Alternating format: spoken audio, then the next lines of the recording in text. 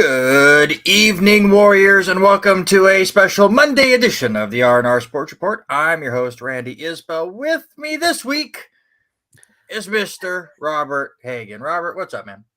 Well, first of all, happy Mardi Gras, sir. As tomorrow, Mardi Gras season. Tomorrow is Fat Tuesday, last day before Fat Lent. Tuesday is every Tuesday for us. What are you talking about? Well, the main day is tomorrow, so happy Mardi Gras to all those that do celebrate and so forth. I tell you what, yesterday I told you prior to show that Denise and I just kind of didn't do much anything, had the grandkids, all that.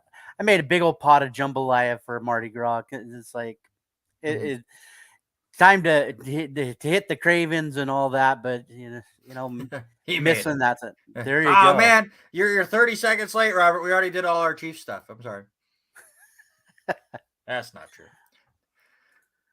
So no, like I said, it's a Monday show. We try to avoid these, but basketball loves to cause havoc. And well, basketball for me, you have wrestling tomorrow. But from looking at schedules, it should be the last time in a while, or at least a bit, that we will have to do a non-Tuesday show, and it should be both of us for the foreseeable future. We'll see what happens. But it's been a few weeks, sir, since you and I have had a show together. Brian covered for me, and then Alicia covered for you. Super Bowl was a little over a week away. I will give you 60 seconds to give me your thoughts on the game itself. Well, I thought it was going to be a little bit more defense than it was, but it turned out to be the game that we figured it was. It was going to be close. Odds makers in Vegas had it exactly correct. They did say a game, a point and a half. Ended up finishing this one. 3-point game. But hats off to the entire crew. I'm not going to get into the officiating there. That last play, it was a hold to just set them up a little bit better look. And so, but hats off to those guys and what both teams and what they accomplished this year. It was one of the better Super Bowls, a little bit more high scoring than I was expecting, but it was a good Super Bowl. Other than I didn't make any money, I lost all of the all the boards. Yeah, I don't win anything either. Actually, I won a questionnaire thing that Haley's work did. Apparently, I won. They had a bunch of random questions on it that are just straight guessing. And I guessed better than everyone else guessed. So there you go. Football, the season is now in our rearview mirror. Now we can focus on the off-season part of everything, and we're kind of in that lull before everything can officially best officiated game ever. That just says Robert Taylor loves Schaefer's or Sheffers or whatever that guy is. That he's complained about the entire time. The main official from that game is now his favorite referee. So we're just kind of in that lull before things can officially get going. I know franchise tags can get started next week. The big franchise tag that everyone will be waiting for will be Lamar Jackson. And something I just learned, and something that will be very interesting. I didn't realize there were two different kinds of franchise tags. But now that will become a big key for Baltimore. So you can pay your normal franchise tag fee, or you can pay more and make sure that absolutely nobody has a chance to get him. And everyone that I have been hearing is Baltimore most likely will just do the normal franchise tag, which means anybody can then offer Baltimore 2 first-round picks to then offer Lamar Jackson a contract. And if Lamar agrees to said contract, Baltimore has the chance to either match that contract or take the 2 first-round picks. Are you getting a little worried now, sir, that you may not have Lamar Jackson next year? Everybody is a little bit worried about that, even in Ravens Nation, reading some of the stuff that I've read, that they still think he could be on the move somewhere totally different. But with them, yeah, you would like him in the Jets, but I think I think you're going to see a Derek Carr in the Jets more than a. We'll get to that in a little bit, but as I don't care who. yeah. So I have had many conversations. I don't care who it is, other than Ryan Tannehill. Do not give me Ryan Tannehill. No, I don't. I don't like that either. Or no, and that's the We biggest will thing. get But into all of that. yeah, We'll get it. I just wanted to poke the bear a little bit because I haven't oh, seen you on here for a why? few weeks. Haven't been able What? to make fun of the Ravens for a few weeks. But we get into it as a jam-packed show. Yes, football. The season is now behind us, but so much stuff is going on today's Mhm. show. We will have some NFL news to start the show. Don't worry. We're gonna have some fun topics to talk about. The Daytona 500 was on Sunday. I didn't get to watch the first half, but apparently neither did anyone else in the world because Fox ran a commercial every 3 laps. From what I have heard, again, I only got to watch the last little bit of stage 2 and the rest of stage 3. But apparently, that whole first stage and a half was just riddled with commercials. We'll talk about that. Couple local boys now are on Netflix. I have watched it. Robert, have you been able to watch it? I actually watched the first 4 episodes, and There you Denise go. actually woke up and we watched the episode 4 together. So I have her input too. We'll talk about that later. Now that we are out of football season, we can bring back the sports related draft. So if you've not been here for that, Robert and I will draft according to a topic. You guys in the comment section will say who won. Robert got to pick the topic, so we'll talk about that. It'll be about 6:50-ish Pacific time is when we will get to that. Then in the second hour, a lot of the local stuff.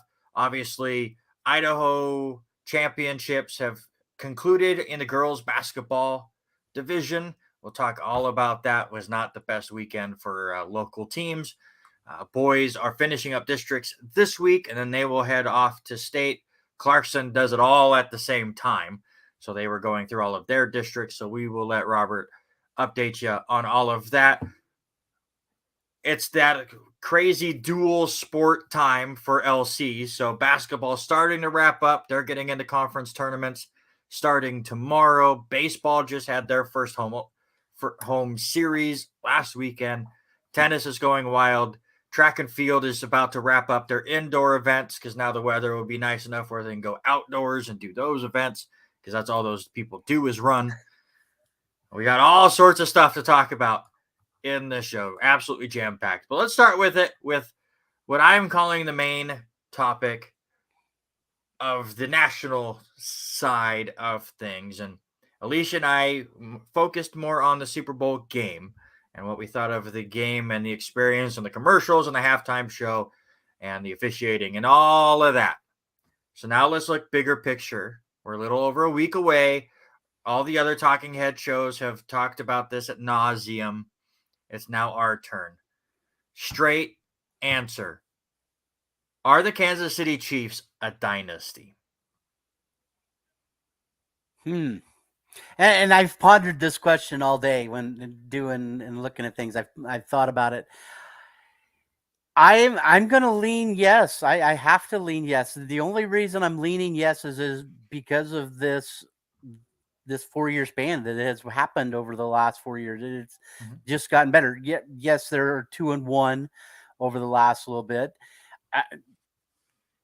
I think if we see them again in the next year or two, I think that is going to just solidify what they have done.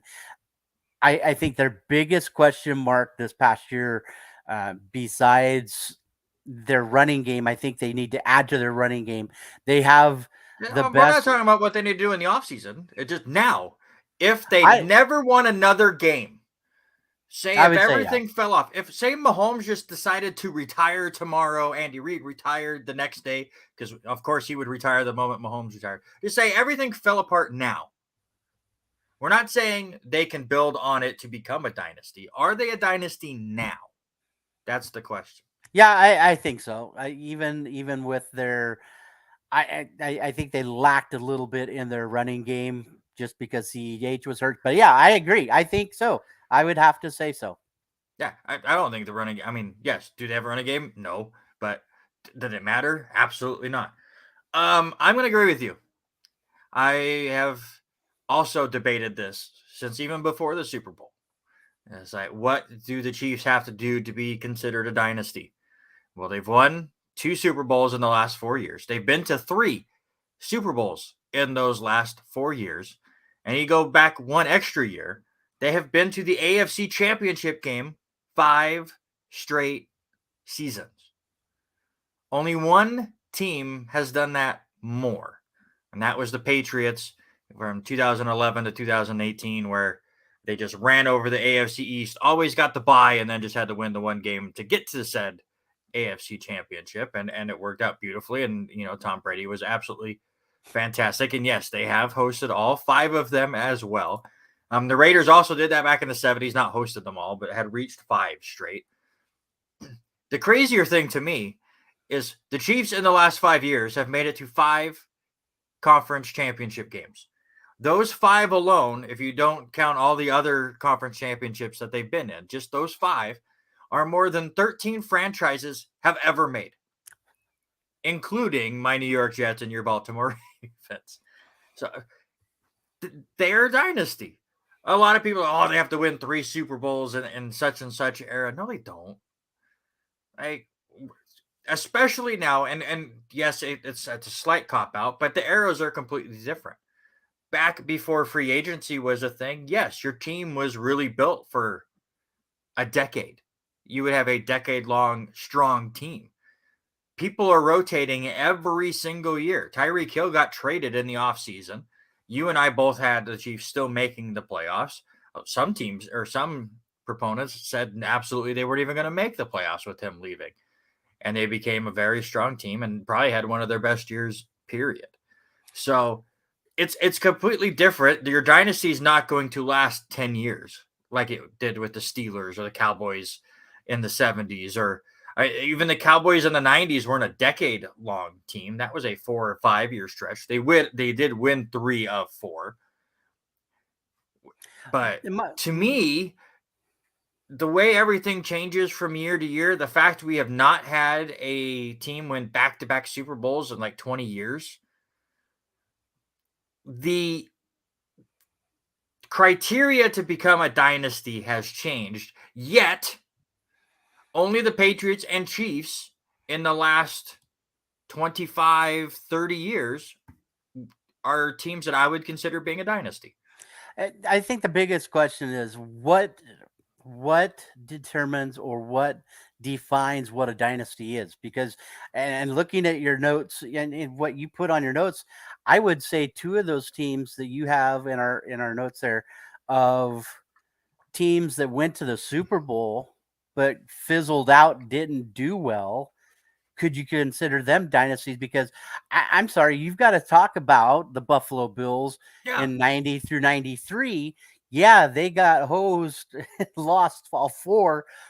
But can you say that you made it to the Super Bowl 4 straight years? Now, Kansas City's got a pretty darn good chance of doing that now. But what about that team? 1? But with that said, they're at 1 in a row. But do you look at the Cowboys of the late 70s, the Broncos in the mid 80s when they made those 3 trips?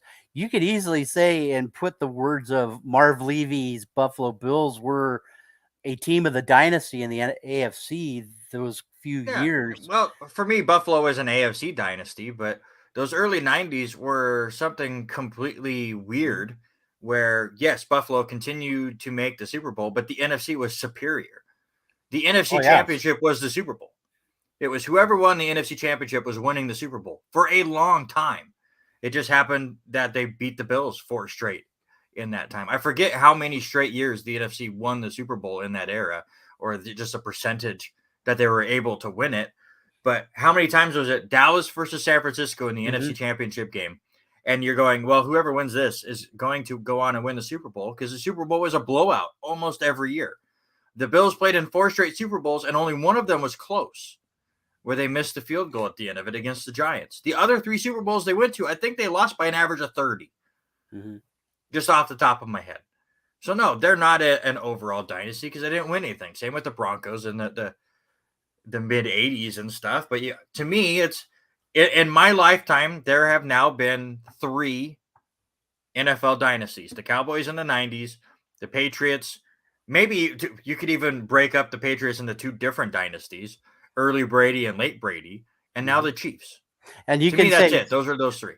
And you make a great point. I almost looked at this earlier today, but you're exactly right. There was a window from 1985 with the San Francisco 49ers beating the Dolphins to 1997 were all NFC winning teams. It's just crazy. I mean, it was a different time, and the NFC was super stacked, and you kind of feel that way with the AFC right now. Yet, the Rams won the Super Bowl last year. Tampa Bay had won it the year before, so the NFC is still winning Super Bowls.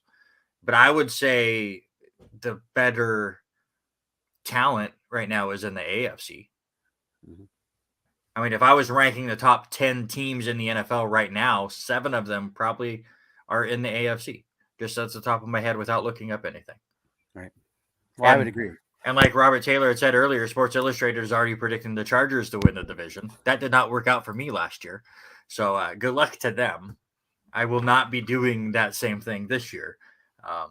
But we'll get into another prediction that will piss off Robert Taylor in a second. Another thing that came out of the Super Bowl, we talk about the holding call and whether it's holding or not. Talked about that ad nauseum last week. We're over that. But there is a rule change that could be coming. And it kind of had steam for a moment. I think it would have really caught on if the Eagles would have won that game. And it's something I'm going to bring to you because I didn't even realize the rule had changed. And it changed 15, 16, 17 years ago. But how many times during that Super Bowl did you see Jalen Hurts on 4th and 1 or 3rd and 1 go for the QB sneak and basically just get picked up by his running backs and get lifted to a first down?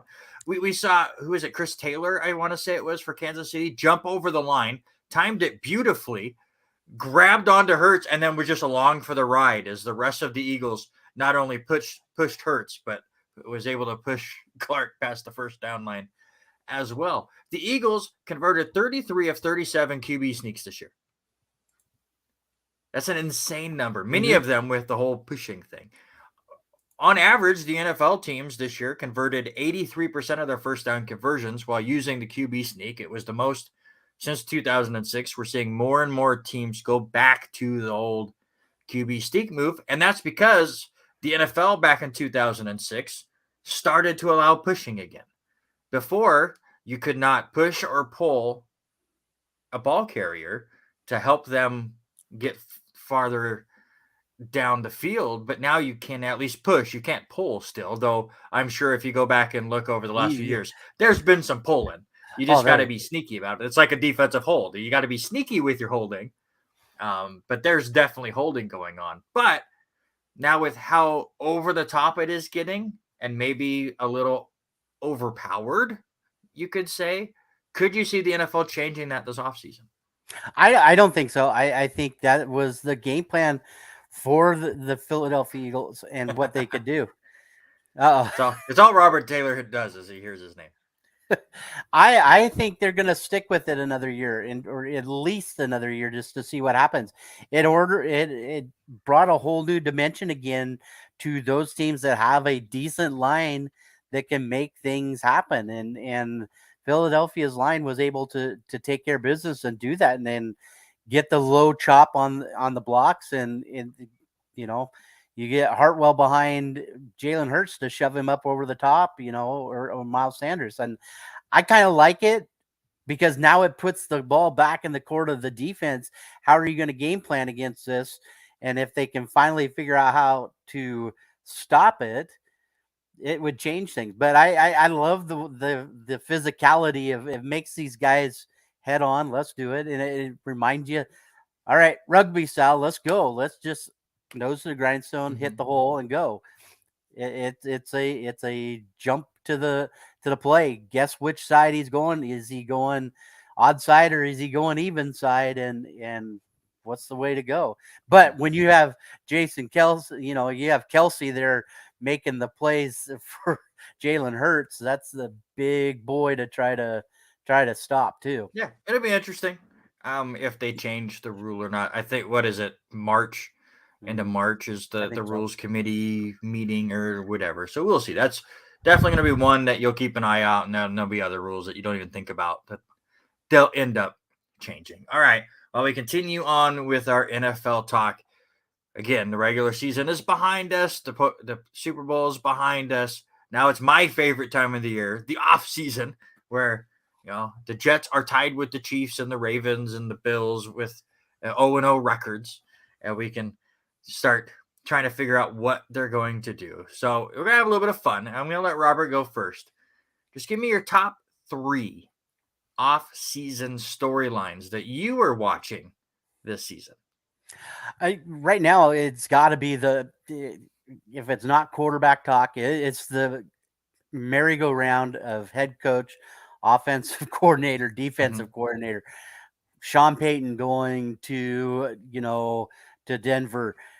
Eric Bieniemy getting a different job and leaving Kansas City. What the hell is that? That still bugs me. That one, I don't know if that's a planning scheme, which I think might. Why is he having to go out and get another offensive coordinator job? Why won't people hire this man as a head coach? We've been calling it for 4 years.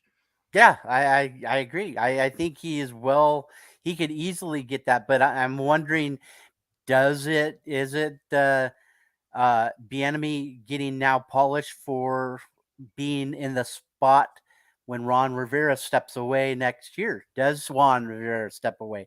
Is he that person?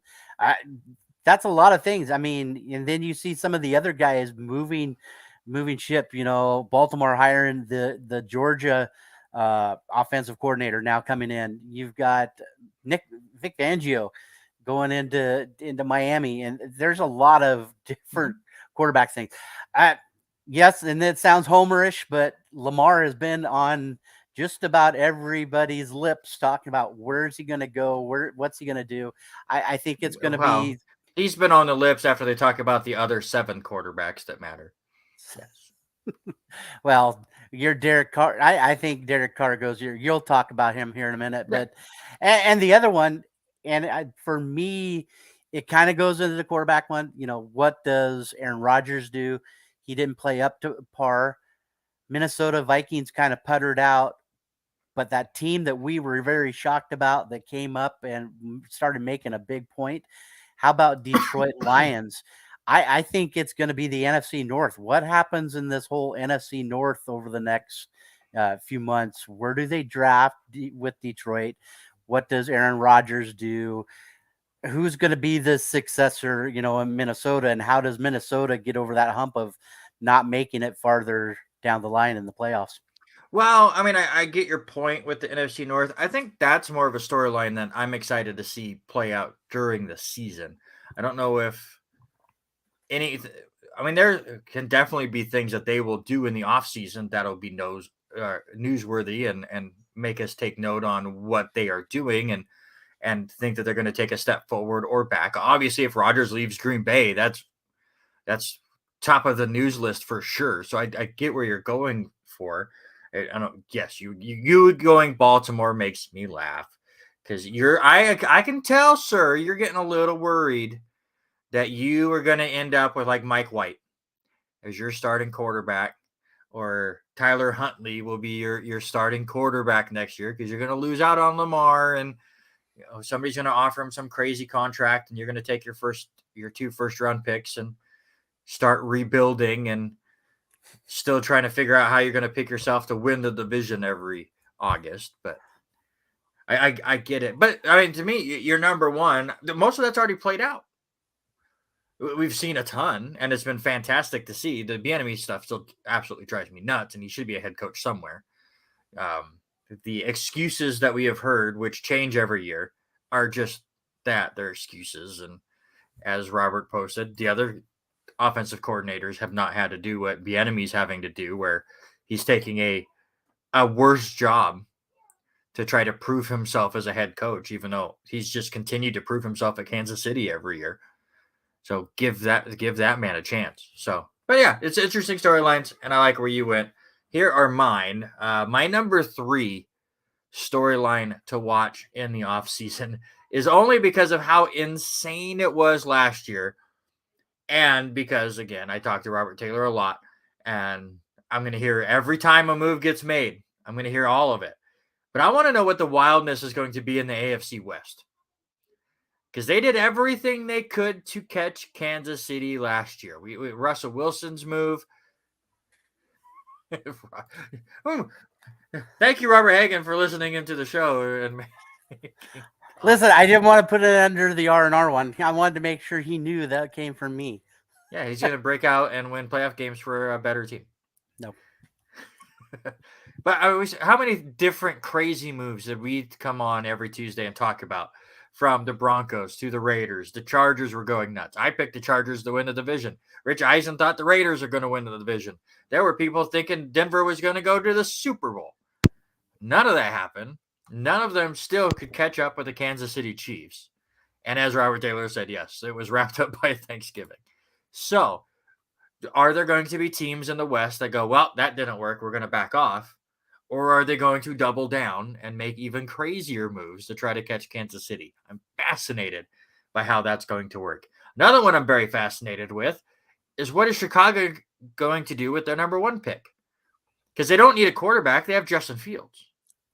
There's decent quarterbacks in this draft that teams were going to pay hand over fist to go out and get. So you could trade down and get a buttload of picks from it. But there's also that small inkling to people that are going, hey, you could just trade Justin Fields and go out and get one of those quarterbacks yourself and get a buttload of picks and players and whatever for Justin Fields. And you might even get a better haul for a known commodity in Justin Fields, which people were overhyping halfway through the season. And, he still only won, 4 games. He ended up with the number 1 pick. So he's not that good. But people were overhyping, so you might end up with more picks trading Fields than you would the number 1 pick. So I'm fascinated to see what the Bears are going to do with that. And number 1 is just the main one. It's the quarterback carousel and what crazy moves are going to happen. Every single year we start wondering, this trade might happen or this free agent might not stay with his team. Quarterbacks rarely leave their teams, but we're starting to see that a little bit more and more. We saw Russell Wilson get traded. We saw Stafford get traded for Goff. We saw quarterback for quarterback moves a couple years ago. Now Aaron Rodgers continues to follow the Brett Favre path and is the exact same time where Favre left. Now, will he go to the Jets? It would be hilarious, but the same time. And now he's going to possibly step aside and let Jordan Love be the new starter in Green Bay. We'll see where that goes. Derek Carr is already out there meeting with teams. He met with the Jets this weekend. Lamar Jackson will get hit with the franchise tag, but that does not secure him with Baltimore. Yeah, there's even smaller quarterbacks out there. What is Geno Smith going to do after becoming the comeback player of the year this year and becoming a free agent? Ryan Tannehill, yuck. Please don't come to New York. But there's several names out there that are very, very interesting. Oh, yeah. And there's some quarterback named Tom Brady who retired for the second time and then has said that he won't even go to Fox till not this upcoming season, but the season after, which still keeps the possibility open of him coming back for another run. There's just a lot going on with the quarterbacks, and I'm excited to see it. Yeah, so I'll drop a little dime on all of yours really quick. I do agree. I think the biggest thing in what I was hearing today, and it was listening to Greenberg talk about your team, is where does it's going to put some pressure on Derek Carr and Aaron Rodgers. What Aaron Rodgers does, I think, does it speed up the time frame? Does he stay? And Derek Carr, I think those two are the biggest names that could come to New York and be your franchise guy there. As far as looking at, I forgot about Jimmy G too. Jimmy G's another. Yeah. But you look also at Chicago. What are they going to do? I think David Montgomery is a solid running back, but you look at the depth behind him. Not super impressed, but you were in a running back mood today. It's all about the run back. But you look at the prospects of running backs. There isn't one until like number 19 or 20. I mean, you're looking at corners and that kind of stuff. Do you pass on a Will Anderson or a a Cam Smith or a Jalen Carter that can shore up your defense. So they could use a little extra help after losing Waquan Smith and what they've got. I think Jalen Carter would be a great defensive lineman for Chicago. With that being said, so a lot could happen there too. And as far as you were saying the craziness, I'm intrigued just as much as you are. I think everybody's going to try to play catch up. And how do we get past Kansas City? Yeah, it's going to be really interesting. Real quick, before we move on, talking about the Chicago pick, what would you do? Would you trade the first pick? Would you trade Justin Fields, or would you stand put and take the best possible player? If it was me, depending on, I mean, I would listen to offers, but I would go in myself looking at how can I shore up that defense. It's just one more step. And when you've got two big guys out of Will Anderson coming out of Alabama as a defensive end, could really put some added pressure. You've got a really good quarterback in Justin Fields. Is he really good? Well, and that's what I was going to clarify. Is he in the elite top 8? No, I can see him in that 10 to 15 range. He's a quarterback can lead your team. I'm going to listen to offers, but I'm going to stay put until the last minute before I make a decision. And if so, I'm going to probably take Will Anderson. Until we start hearing the old... a couple months to that time. All right, we're going to end the NFL talk with this. Robert wanted to know, Mr. Robert Taylor, he asked me a couple days ago, so I posted it to get your thoughts as well. Super Bowl is a little under a year away. Who will be playing in that Super Bowl, sir? It was very hard not to type Kansas City again, but I'm going to go with Buffalo. I think Josh Allen, after the way they played, I think I want to see if they make an adjustment, and if they can make an adjustment strong enough, if they can get back there.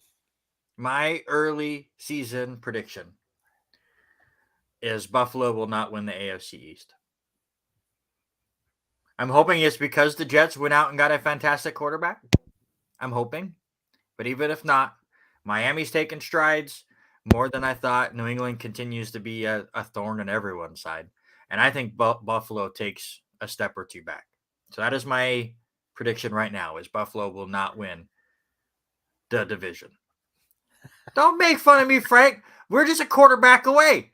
It's the most optimism I've ever felt for this damn team until we get Ryan Tannehill. And then I will take the Jets off the board as a possible division winner, because that will ruin all of it. To me, everyone that has ever been on the show knows that I refuse to predict repeats. I will. If you made the Super Bowl last year, you were not part of my prediction, though. Right now, I've kind of went pretty boring with mine. And instead of picking the two teams that were in the Super Bowl, I picked the two teams that were one step away from making the Super Bowl: Cincinnati Bengals and San Francisco 49ers. If one team was more set to make it back to the Super Bowl, obviously it's Kansas City. We'll see what Philadelphia does. They have a lot of players up for free agency, and we'll see what they're able to do move-wise. Obviously, Dallas is breathing down their necks, though the NFC is a little weaker than what the AFC is. And I'm done picking against Kansas City. I just do not pick repeats for these kind of predictions because I find that boring, and I just don't want to go that route. But I would not be surprised if come February we're talking about Kansas City being in the Super Bowl again. Yeah, it's hard to bet against what San Francisco did and how their season came to a screeching halt in that game. You feel bad for it, but I think San Francisco is built to make that play back. Yeah, and you hit it on the head. And I looked at their free agents earlier. Philadelphia's got a lot of things that's got to happen this off season, so it'll be interesting to see what they do here in the next month or so. Well, I'm glad the NFL gives all their executives a little bit of time off and get them time to reset and get ready for all the free agents. I wish it was already here. Can we get with it already? Like the NBA, as many things as I complain about the NBA, the moment that season is over, man, free agents are going, players are going everywhere. The draft is like 2 weeks later. They just go into it because they got to get into their summer league basketball stuff. So this waiting for weeks before everything really starts getting going is driving me a little batty. Let's just say that. All right, let's So get go with ahead. your first week of no football that we didn't watch, Yeah. did you watch the NBA and all of their ridiculousness? No. That's what I thought. I did watch the highlights of the slam dunk contest. Didn't 4 even. players I've never heard in my life. There were some decent dunks in there. There was a Knick player on there that I've never heard of. This shows you how little I pay attention to the NBA. My own team, I didn't know who that guy was, but there was some innovative dunks.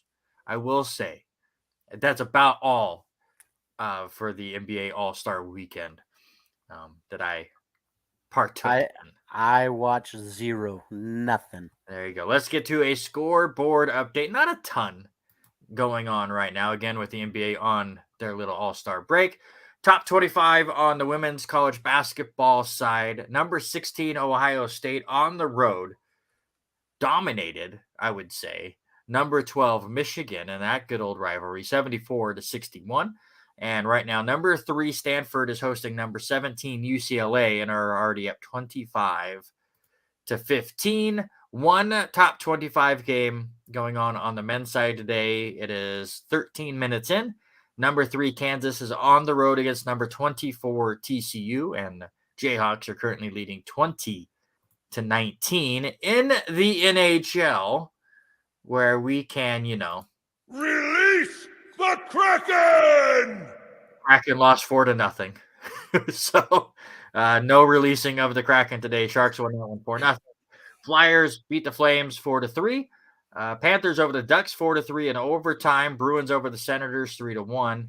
And going on right now, Jets look like they're going to put away the Rangers. They're up 4-1 with about 2.5 minutes to go. And with 1 minute to go in the third period, Islanders holding on to a 3-2 lead over the Penguins. Again, no NBA going on because on Sunday they had their All-Star game where Team Giannis defeated Team LeBron 184-175. You call that a game? I I don't call it a competitive game. it wasn't nothing. Let's talk about this for a second. I don't get into the NBA because they just don't play defense in the regular season in most of their games. It's the get off my lawn moment with me in sports. I like the 90s game where you could be more physical and there was more contact and the game was just different. Totally fine. People can like this NBA. I'm not going to look differently at you. It's just different takes.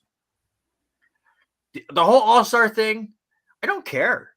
You could change it to where it's 300 to 275. They're just out there having fun. The time of competitive All-Star games are dead. They're dead. I mean, the Pro Bowl has just went, screw it. We're going to have flag football. We're going to have competitions where we have different players go out and hit the longest drive in golf. At least the NFL has understood. We're just going to have fun with it now because people get too upset about it. The MLB is the closest thing to an actual game, and people still to this day, even though it's been 20 years, complained about that one time they called it a tie because it was still tied in the 12th inning and no pitchers were left. So just who cares? It was like we're not going to get competitive games, and we get a competitive game. We don't care anyways because the players want to have fun. Let them have fun. It's their break. So while I honestly have no problem with this 184-175 contest, I just don't like the NBA. So I'm not watching it. Yep, 100%. When one of the players, I don't remember, I had it. I would Robert Taylor. I was doing dishes today too. So as I was doing many of my chores, I had one of the shows on, and they said one of the players had 55 points. Yeah, And I don't remember who it was that they said Okay. had 55, but I'm it's a like, new record. it's Congratulations just, to him. yeah, what the To that heck? guy. It is what it is. It's silliness, and it should be Listen, silliness. And I bet the ratings were fine for it. I'm cool with it. I'm cool with it. I'm like you. I miss the days of, watching Magic and Larry Bird go at it, the John Sally, and Christian Leitner, those kind of days of where it was still you played defense. So I think that's why I've went away from it, is because there's nothing. Mhm. When you're throwing up 120 on an average night every night for scores, I mean, it's just crazy. Before we get into, I'm going to switch some stuff around here.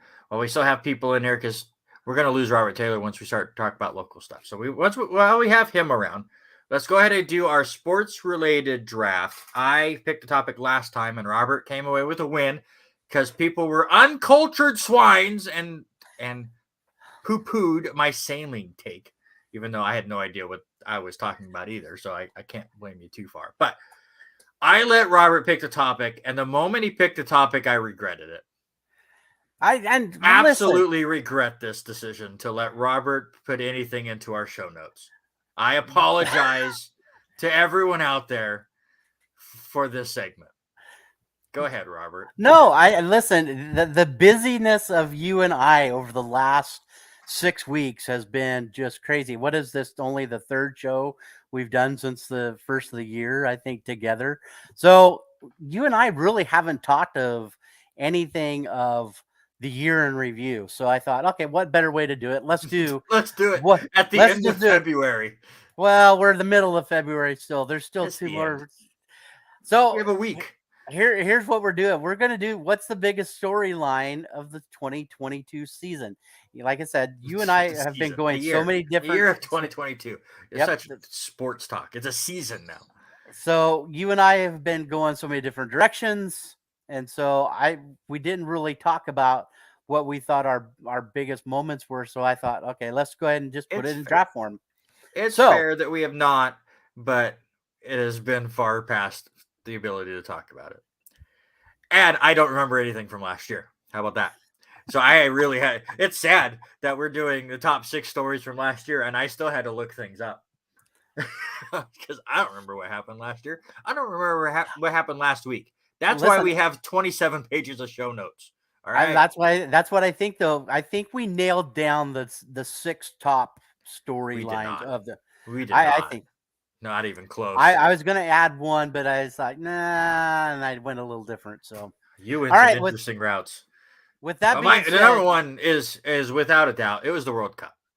It was a very entertaining World Cup. Argentina ends up winning. You get the whole Messi situation and him finally winning the World Cup. You and I are not soccer people. We both got into the World Cup. It's the most soccer I have watched in years, and probably the last time I watched a lot of soccer was another World Cup.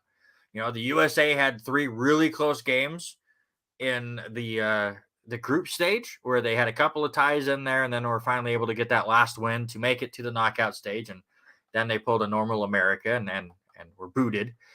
We got to follow Morocco, who is that surprise team that made it all the way to the semifinals and absolutely annihilated our brackets. I think both of our predicted winners were out in the first round or two of the round of 16. But the soccer was really, really good. A lot of matches came right down to it. The penalty kicks to determine champions was insane and a lot of high drama. And I think the World Cup does it right, minus the fact that we're at a horrible country to do it, and the time was weird. The World Cup, they do it right. We get so many teams in there. Now they're going to extend it and have more teams in it. Yes, North America gets the host, so maybe we have to go watch a game. It would be kind of cool once they start naming sites and stuff. But it took over the sports world for a couple of weeks, and it was during the NFL season, so give it even more props for that. I have to say this, and I think you would probably agree. I think Argentina and France, the final game, was probably the best game that we watched that entire set of 64 different games. It might have been the best game of the year. Not soccer, period. Any game. Seattle is a site. I don't know if they have announced that stuff, but you got lost on We got Danny Grubb in here for the perfect sports-related draft. Yes, it's not Tuesday, but we both have broadcasting duties tomorrow, so we're here on a Monday. I had not seen sites, so thank you, Frank, because, yes, if Seattle's a site, we might have to. We might have to go do it. I'm in. Yeah, all right. What's your first pick? You did. You jerk. You absolute jerk. Go ahead. And y'all can tell where I'm going with mine. Listen, World Cup was the top, but another one for me has to be, and I was surprised you didn't take him first. It wasn't number one. I'm taking Aaron Judge. I mean, the idea of him breaking the single season home run record, hitting 62 home run. He didn't break the record. He broke the American League record. Still one of the. But it was great, and I followed it tremendously. Yep. So for me, that's got to be probably after the World Cup, probably the biggest thing happening there. I had a lot of trouble picking two because I was just dead set Aaron Judge was going to be my next one. Even though I don't feel like it was a top story, it was a top one for me because I followed it a lot. And yes, ESPN went back to their old days of every time Aaron Judge came up to the plate, we were following it. And a lot of people got really mad about that. But going back and looking through stuff, I really had trouble trying to figure out what my next top story was going to be. And then it kind of hit me, while again, it's not a top tier American story. It involves an American, but it involves a sport that is very worldwide. And that's Serena Williams retiring. You've went through it before as well. And you go through stages in tennis, especially in American tennis, where the 90s was huge with Sampras and Agassi and you get Steffi Graf and Monica Seles, and you get fantastic athletes on both the men's and women's side. And then for a while, it was just the Williams sisters. Because on the men's side, you had Andy Roddick for a little bit, but it wasn't over the top fantastic men's wise. So the only people we had to root for on the American side was Serena Williams and Venus Williams. And Serena was far better and went out there and was crushing records left and right. And, went out, had a kid, came back, still won. And for her to retire and still make that late push at the U.S. Open for kind of her swan song, it was a big story. And I don't think tennis would be the same. Like, men will still have Nadal and Federer and Djokovic for a year or two. But after that, it's another saga of tennis completed. Yeah, I think didn't Federer retire? He might have retired. You're right. He did retire. So we're down to the other two, and they don't play very often. So for me, I see you're going global, which I really like. I mean, you went World Cup, you went biggest. Serena went biggest. The globe is big. And maybe I'm just playing the American person. I'm taking Albert Pujols hitting 700 for my second one. Listen, baseball is both of our loves. We both love baseball so much and those two big stories, the entire season and where they've went, captivated some of the biggest audiences for the American baseball, and we hadn't seen those in a few years of what's happening. And I think those two, between Aaron Judge and everybody rooting on Albert, how many of them are wishing and hoping that he doesn't retire? But he said he is. But could you imagine if he was back in the box one more bonds at going for it, then I could see it. The 700 was absolutely fantastic. The sight of him hitting it was great. He did it a lot faster than Aaron Judge hit his 60-second. So give him credit there. But my argument, again, is this very American oriented. And to be fair, the story disappeared after 2 days. Yeah. It was absolutely awesome. It blew up the sports talk radio for a couple of days. And then we went back to normalcy. My third. But before you do that, I'm shocked that you went this way, because as much I don't want to say the word anger you had towards this because Yeah, we tried to bring it up a couple of times during the year because last year. it's so stupid. I'm But surprised it's you went big. this way. It was a big story, and it still continues. It's the PGA and Live drama. They are changing a sport. They're not only changing a sport, they're starting to change the landscape of all the sports. Because now Saudi is trying to buy sports teams. We talked about it when this first started happening, that you and I are both wrestling fans, me a little bit more than you, and we've lived through Saudi having their own WWE pay-per-views, and it just always feels weird.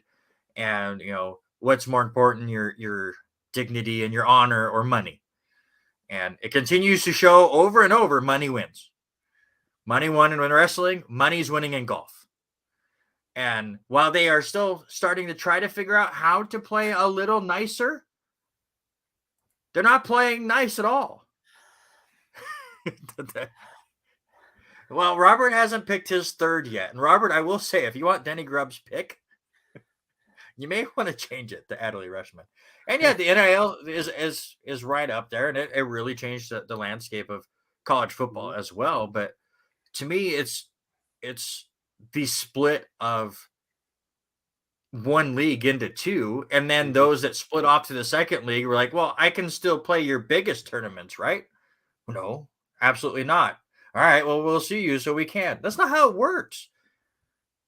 It's like you cannot go play in the XFL until the USFL starts, and then go, well, I want to only play in the XFL Super Bowl or whatever they call the championship game, but I won't play in the rest. So I'm going to be a USFL player except for this one big game. That's not how it should work, but that's what golfers think it should do. And there's another reason why, this Netflix series that we're going to talk about here shortly has become such a big thing. Money is talking, and now we are still waiting to see how it's going to play out. So while it drives me absolutely nuts and I absolutely hate it, it was a huge story. And it should have been my second pick, but I was refusing to pick it. And when you skipped it again, I'm all right, I have to, because we have to talk about it. So, and the thing is, I don't know if you and I hadn't talked about that, but have you watched the third episode yet of Full no, I've Swing? only watched episode 4 and about half of episode 1. I am not saying anything because I'm through the first 4, and episode 3 is about this. And, so I have you to say skip that one. So, but here's the thing, and with that being said, and Ian Poulter makes a good point in this part, and I don't want to give too much away from it. Yeah. Is that the way it's designed, what PGA is, what Live is you're a subcontractor. And I never thought of it that way as that kind of a player. You have to play to try to keep your card in the PGA, but you're basically a subcontractor. And if you decide you're not going to go to a tournament this week and not work it, that's fine. That's your call. But as a subcontractor, can I go over and make money someplace else? So he makes a great point. And no, I think you cannot. That's what the PGA is saying. No, you're a subcontractor, but you're our contractor. But so that's what it's boiling down to. So then you're going to tell these PGA people that go over and play in the European tour, you can't do that anymore. Because it's a PGA European tour.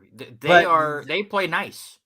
So it's interesting to listen to his decision of how he did it. It will be crazy and comes down, but it also boils down to also with that same concept is to think of, you saying the guy's opting out in the NIL and all that. It's the same idea of these kids that refuse to play the final game of a bowl game. And yes, we know the feelings of bowl games to go to the NFL, but you made it there with your team, support your team. That's the way I think about the whole college and opting out, but that's a whole nother thing too. So absolutely. All right. My third pick, I know Denny, I was so close to putting Rushman in there in that third story, but brown noser. I am going. It's got to be the biggest story in NCAA basketball. It had to be the farewell tour of Coach Krzyzewski. I mean, what he meant to the game, and what these guys were doing in each of the arenas on this last one, and for him to get really beat that last game and to walk out of the arena, it was kind of one of those surreal moments of never. You're never going to see him on the court again coaching a college team. So, and that was that was about a 3-month long saga. Right about when NFL playoffs were starting to hit, that's when the Coach K thing was ramping up for March Madness. So that was my third pick. So Coach K's farewell tour. It was a cool moment. I'm a big fan of Coach K. Having that farewell tour, so once you hit the tournament, with the moment you lose, you're out. Again, I'll bring up the old wrestling reference of Ric Flair doing the same thing, even though he unretired 7 times since then, and has once again had his last match. It was kind of that same thing. It's like, all right, well, we know it's going to happen around this time. Let's see how the story plays out. And it was as emotional as you thought it was going to be. So there you go. Those are our 3 picks. For me, I took the World Cup this year, Serena Williams retiring, and the PGA and Live drama. For Robert, he has Aaron Judge breaking the single season AL home run record at 62 home runs, Albert Pujols hitting 700 career home runs, and Coach K retiring. So let us know in the comments which one you like better, my team or Robert Hagen's cute little minor league team. Just getting updates on the tennis, so hopefully I'll have that up by the time we get there. While we wait for those results, let's go back, talk about some of the bigger stuff that happened this weekend. Jeez. Denny Grubb with the trivia question. Did you know James Madison was the shortest president? How tall was he? 5'5". How about that? I'll go 5'5". What is your guess? I would say 5'6". Okay, we'll see what it is. We got a vote from Robert. Just come because on, Taylor. I'll take it just because. 5'4". I was close. I'll take a vote just because, as long as it's to my side. Daytona 500 was yesterday. Ricky Stenhouse Jr. got the win. It's his 3rd career win, first Daytona 500 win. It's the first single car team to win the Daytona 500 since the Wood Brothers did it back in 2011 with Trevor Bayne, which was a weird one. Record 212 laps because we had a couple of overtimes in there as well. Stenhouse was able to hold off Joey Logano as they were wrecking behind them. So they throw the caution flag, which absolutely made sense in that instance because there was a lot of danger going on the track. Kyle Busch was actually leading at lap 198, I want to say. And Daniel Suarez got spun out. Single car wreck, corrected himself, was going down pit road, and they threw the flag. Which, while people hate Kyle Busch, are happy about this. I thought it was incorrect. They should not have. Kyle Busch now 0 of 18 in Daytona 500 races. Keselowski also led the most laps with 42 laps led and finished 22nd because of wrecks. He is now 0 for 14 in the race. Stenhouse was first, Logano second, Bell third, Buescher fourth, and Alex Bowman fifth. I know you didn't get to watch it live, but you watched the highlights. So what did you think from what you saw? Well, I watched the 14-minute condensed down. So for me, it just looked like a lot of 2x2 racing the entire time. And they didn't really show, like you were saying in our opening, in the highlight. And so, well, Denny's going to vote for me. I know he's got. No, he just said he's voting for himself, and he wasn't even paying attention the last 10 minutes, apparently. Well, Anyways, Daytona 500. The first thing about it was that first stage they didn't show, but like 2 laps of the entire first stage. They jumped to the second stage in the highlight, and so from the highlight, yeah, because it was just clean racing, and so. For me, watching that last little bit, it just looked like everything was 2x2. How much do you want to win there, Hagen? I don't have any Bengal swag. I am sporting, if you guys can tell, the opposite of Bengal swag. So I get Driscoll's pick. This is the new Clarkson Bantams baseball hat this year. Thank you, Bruce Benching. So gotta advertise a little baseball here. But You know, the opposite of suck up, really. Yeah. The one guy that was crazy watching him go up and down was Logano in the last little bit. And boo, come I on, win. It's Frank. over. Yeah. It's over. Denny hasn't voted. Denny hasn't voted, and he always gets 2. So because he's the only one that has ever won one of our draft related segments. All right. Get with this. We're behind schedule again. Shocking from us that we were behind schedule. I think the big one was Logano. He just couldn't keep somebody behind him pushing, and the nose to bumper the entire, third stage was just crazy watching those guys go around. So I miss the idea of those guys going broader scope. Okay, thanks, Frank. I did say global, so but the bigger point, Kyle Busch, 0-18. I like that. Yeah, you like that.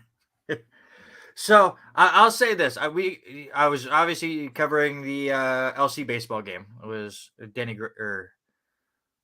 Brian Danner was nice enough to allow me to call the Sunday game, so I was down there calling the Warriors' victory on Sunday. So I got back about 10 laps to go in stage 2 and watched it the rest of the way. But I will say this: I had more fun watching, and I've talked about him on this show many times before, Tom Grossi, who is a comedian that's on YouTube. He's a big Packer fan. But you don't have, his whole thing is you don't have to be a Packer fan, but it sure helps. We'll get to that here in a little bit. Into the show, we're going to talk about the Chamber. It'll be a big story next year if he finally loses said title. But Tom Grossi decided, well, he's been streaming every Sunday this year. It's the first time he did it for the NFL season. And he's like, well, I have no football to stream. What do I want to stream? So he streamed his first ever viewing of a NASCAR race and had NASCAR fans on there telling him how things worked. And he came in there and was having a really good time with it. Did a lot of left turn jokes, and he came in just full redneck mode in his outfit, and it was hilarious to watch. But I'll just say this before we move on. His one take from the Daytona 500, especially during big moments of racing, is there's a lot of tuchus pushing going on. It's like all these drivers are right up the tuchus of the other drivers, the stuff he was noticing. It was really fun to watch his commentary of the Daytona 500 coming from a non-NASCAR fan. So it was an okay Daytona 500. That's about it. That's all you can get. But it was a good start to the season. Like we said, real quick, go watch Joel Damon and Gino Bonelli on the Netflix series Full Swing. It's this new series about the PGA Tour and the lives of different golfers. They do different ones every single episode. Episode 4 is the one you need to watch. I don't know how the rest are. You've seen the first 3 other than this, but episode 4 is fantastic. Yeah. So the first one, I think the first one was really great. It was a kind of an entry with Jordan Spieth and for Alicia, there you go. Jordan Spieth and Justin Thomas. So it was how these friends battle it out and how they want to be on top. Great episode to start out with. Then you jump to the third episode. Like we said, it's about Liv and those guys starting to jump over. Ian Poulter is one of the major ones on that, him with this one. But the episode that you're talking about with Joel and Gino is called Imposter Syndrome. So when you're looking at Netflix, it is that one.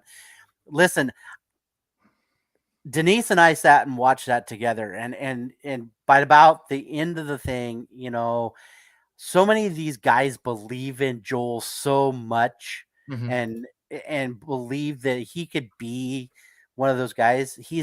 Joel's just so hard on himself and completing. And you watch though how he played the PGA Championship in Boston, and you watch that he knows he can do it.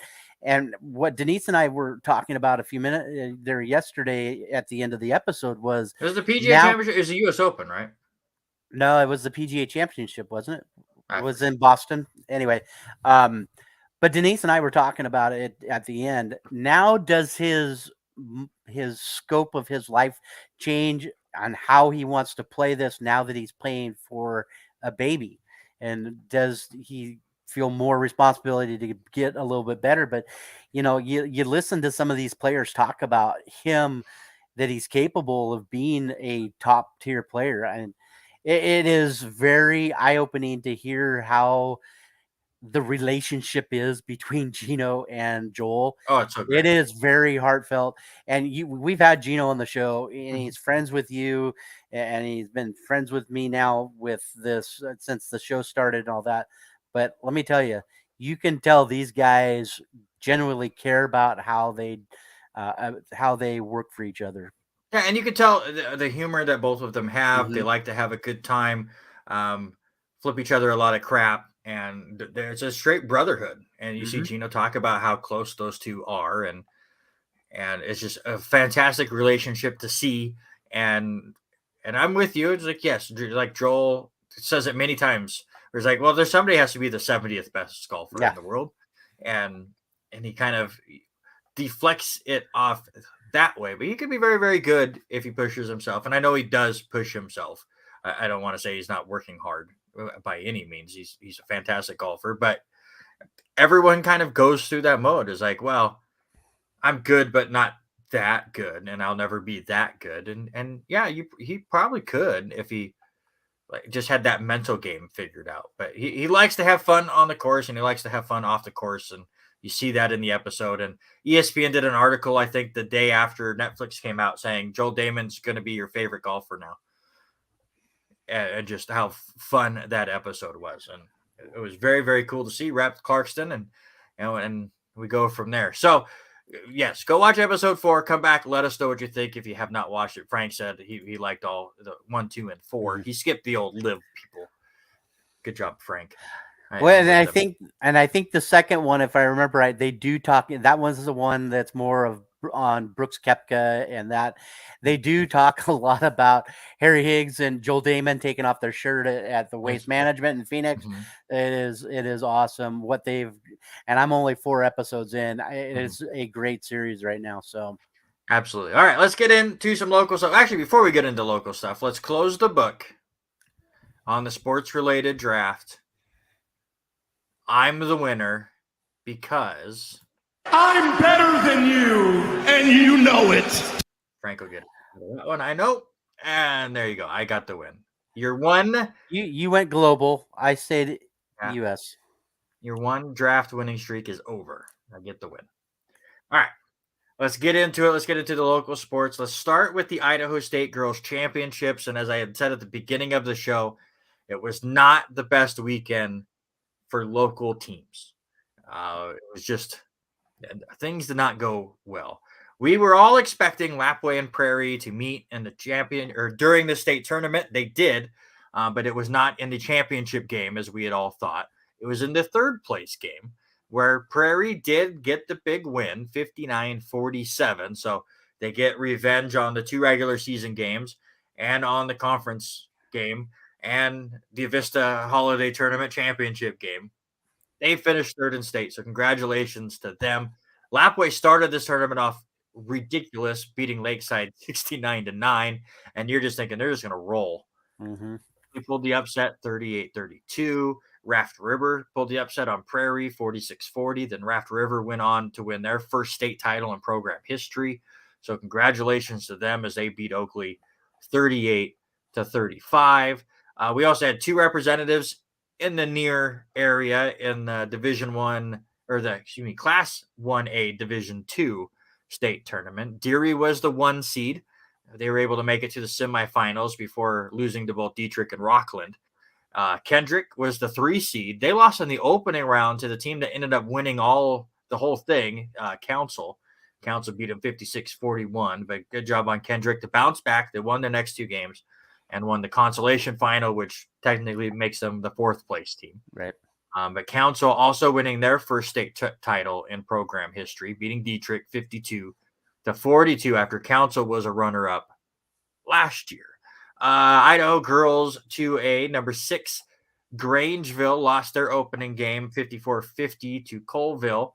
Was able to win their second game, but lost in the consolation finals. But still a pretty good run for the Bulldogs. Melba won their second state title in the last 3 years, beating Soda Springs 55-46. In 3A, Snake River was able to win their first state title since 2013, beating Timberlake 49-36. Not Justin Timberlake, the school Timberlake that Snake River was able to beat. Congratulations to Sandpoint, and not quite a local team, but close enough. They won the 4A girls state title, defeating Shelley 69-65. It was their first 4A state title. It was the first 4A state title from any school in Northern Idaho since 2003. Obviously, there's only 3 of them that continually compete in the 4A landscape: Lakeland, Moscow, and Sandpoint. So congratulations to Sandpoint there.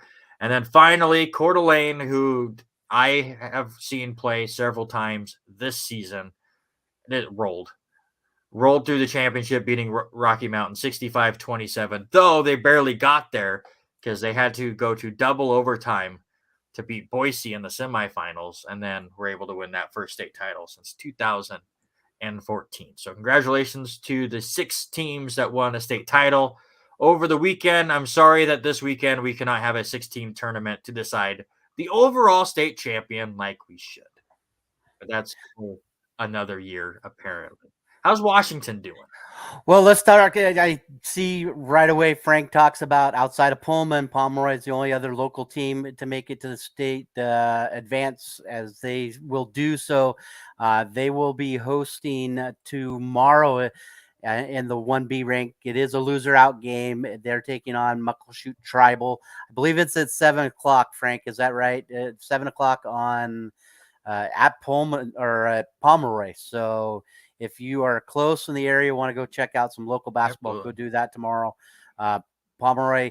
And like you said, Pullman goes in a number 1 seed of the 2A division. Yep. So, yeah, 7 o'clock. Oops, sorry. 7 o'clock there at Pomeroy High School.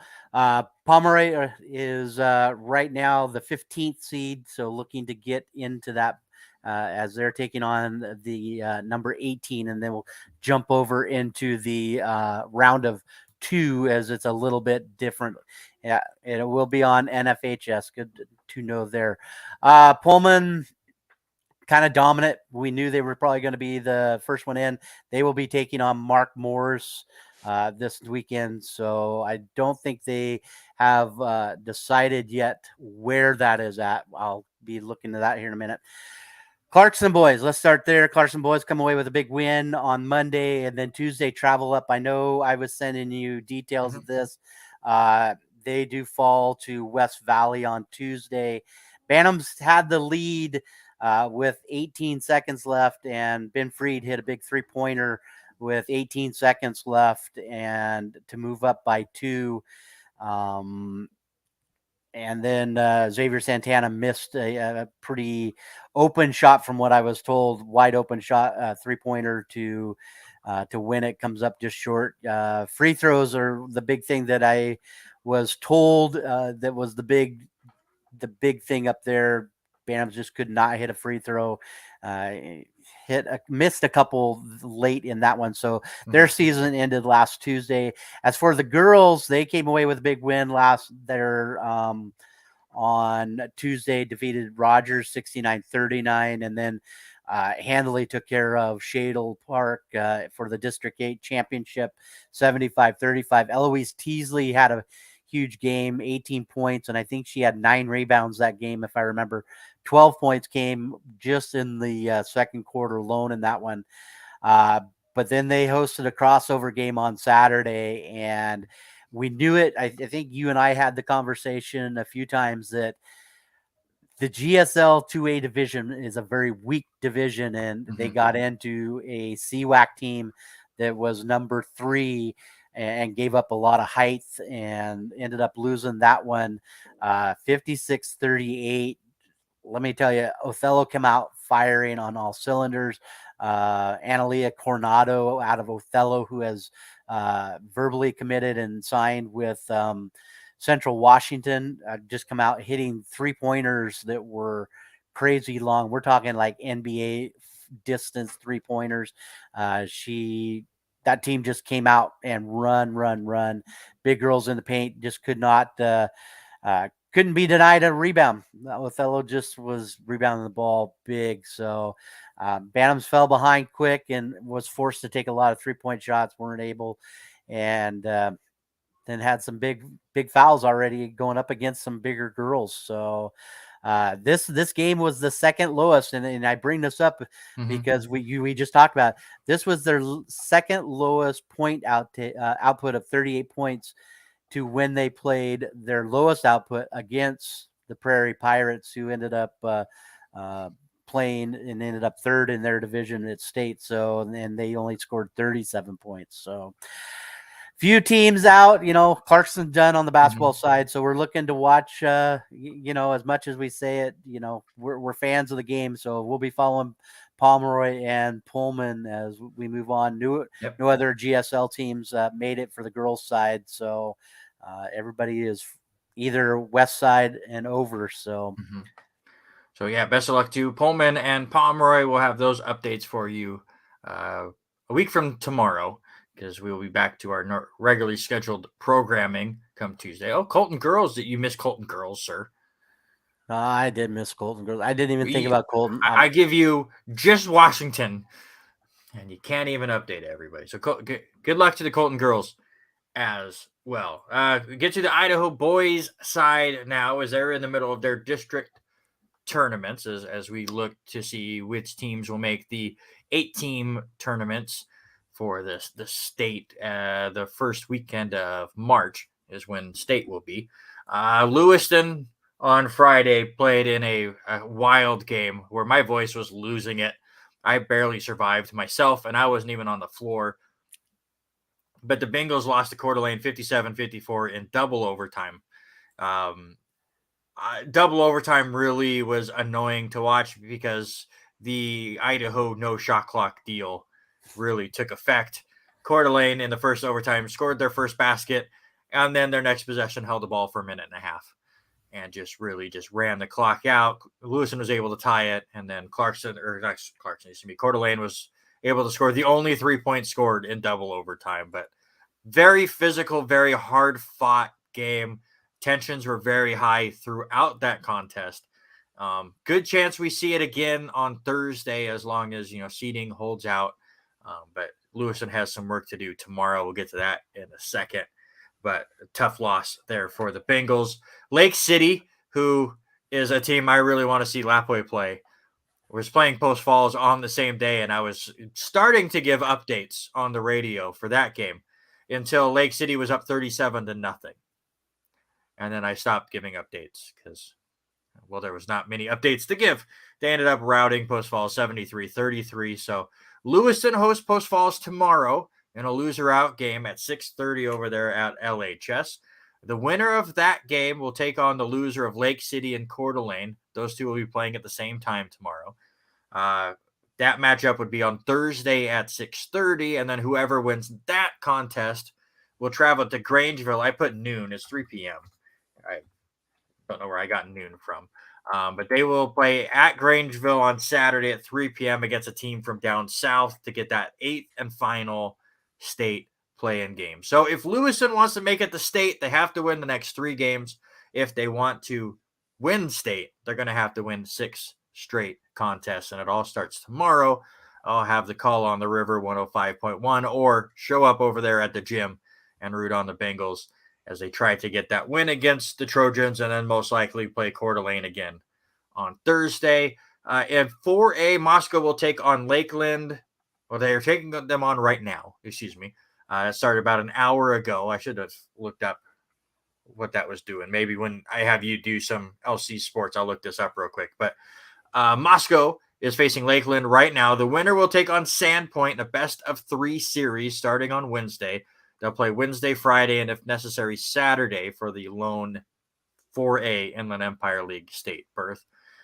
In Class 1A D2, the old White Pine League, St. John Bosco and Highland, as well as Timberline and Nez Perce, are all facing each other right now, as Kendrick and Deary await the winners of that. The top 2 finishers will move on to state. So 2 of those 6 teams will be able to move on to the state tournament.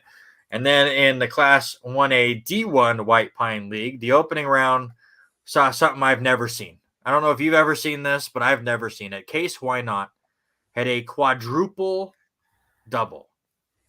Quadruple. Four doubles. Nearly 5 against Genesee in a 103-36 win. He had 37 points, 19 rebounds, 12 assists, 10 steals, and just 5 blocks.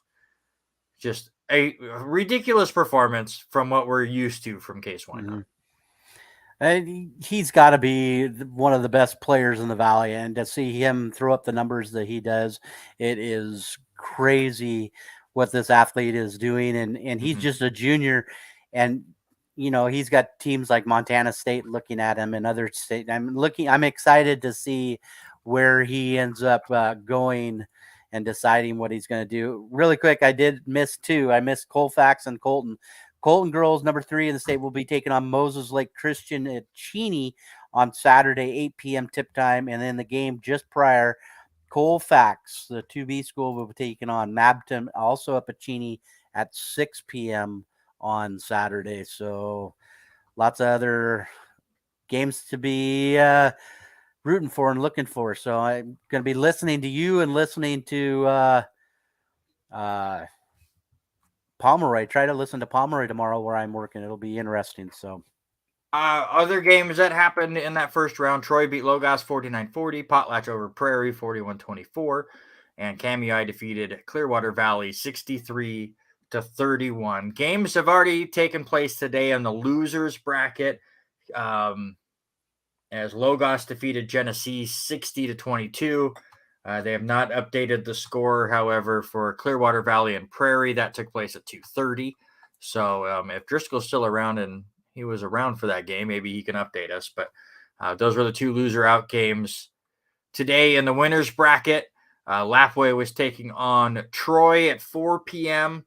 No update on that score. I'll try to find that for you real quick. And Potlatch against Kamui at 5:30 was also going on. The championship game will be on Wednesday at 7:30 p.m. over there at LHS. And then the second place game will be at 8 p.m. on Thursday, where the winner of those 2 games will make it off to state. So I'll try to update you on some of those scores going on over there at LHS, a couple blocks from where I'm sitting right now. But good luck to those teams as they get ready for some state playoff basketball. There you go. Steven gets the update. 75-29. Lapway with the win. Not shocking at all, as they will beat Troy. Troy will still be in it as they will move on and play again tomorrow. It's an interesting thing tomorrow where you have 2 White Pine League games sandwiching the Lewiston game over there at LHS. A lot of basketball at LHS this week. While I look up some other scores real quick, tell us about women's basketball over there at LC.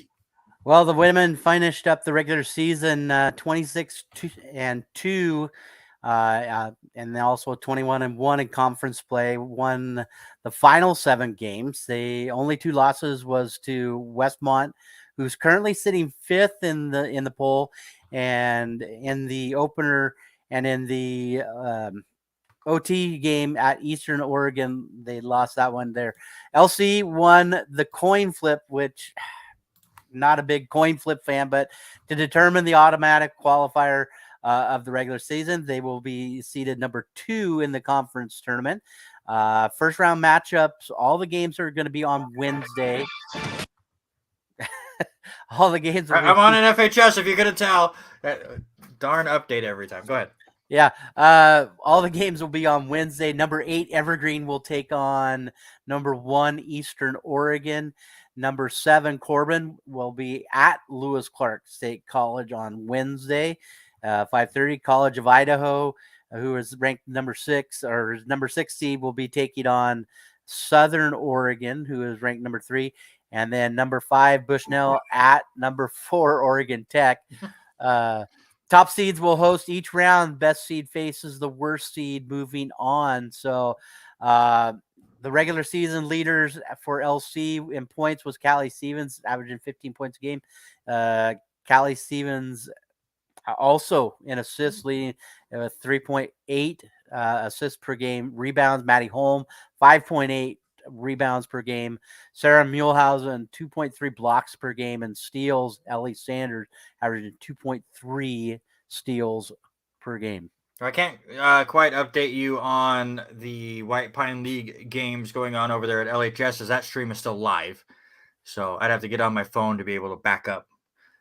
They won't let me do it on the computer. But right now, it's a good one between Lakeland and Moscow in the 4A district tournament. Lakeland leading Moscow 55-52 with just under 3 minutes to go in that game. Again, the winner of that contest will play a best of 3 series against Sandpoint starting on Wednesday. Look at the men's side of the conference tournament. And they were able to win both games this weekend, which locked them into the playoffs, as they were able to come back on Multnomah. They trailed by 9 at halftime, but outscored them 51-25 in the second half, which locked them into the spot, and then got one more extra win against Warner Pacific, who's actually the 4th seed in the conference tournament, which moved them up to being the 6th seed here starting on Wednesday. They finished 14-14 on the regular season, 11-11 in conference.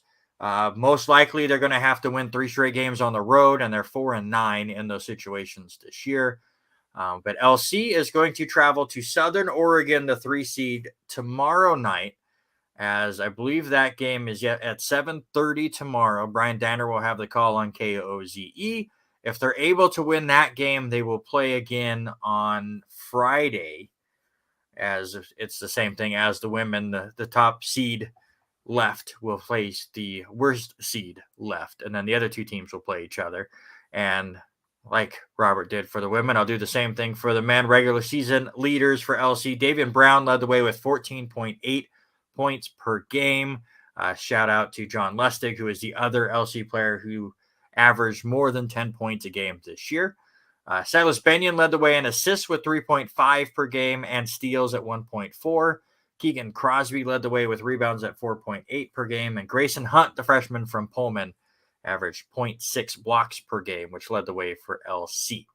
Real quick, going to baseball, they won 3 of 4 against British Columbia in their home opener, as they dealt with some rain and a lot of cold. But the Warriors won on Friday 5-1, split the doubleheader on Saturday in 2 games that were completely different. 15-5 win in 7 innings, and then lost 11-3, and then won on Sunday 3-1. So they improved to 7-3 overall. And I'll give you some key performances from the weekend. Trevin Hope, who won his 2nd Cascade Conference Pitcher of the Week award, went 5 scoreless innings while striking out 7 on Friday to improve to 2-0 on the year. LC used an 8-run 4th inning in the first game on Saturday, and that inning started with back-to-back outs to start the frame before the next 10 were able to reach safely, and 8 of them scored. So LC continuing that 2-out rally magic that we've seen over the last few years. And how about guest of the show last week, Pu'ukani Disaw, who was a single away from the cycle. Started off with a triple, then hit a double, hit a home run, and just could not get the single. And I believe, if Denny's still around, it would have been the 6th cycle in Warrior history. It was either the 6th or the 7th. But fantastic job by Disaw. He was part of the trio at the top of the order that was absolutely fantastic for the Warriors.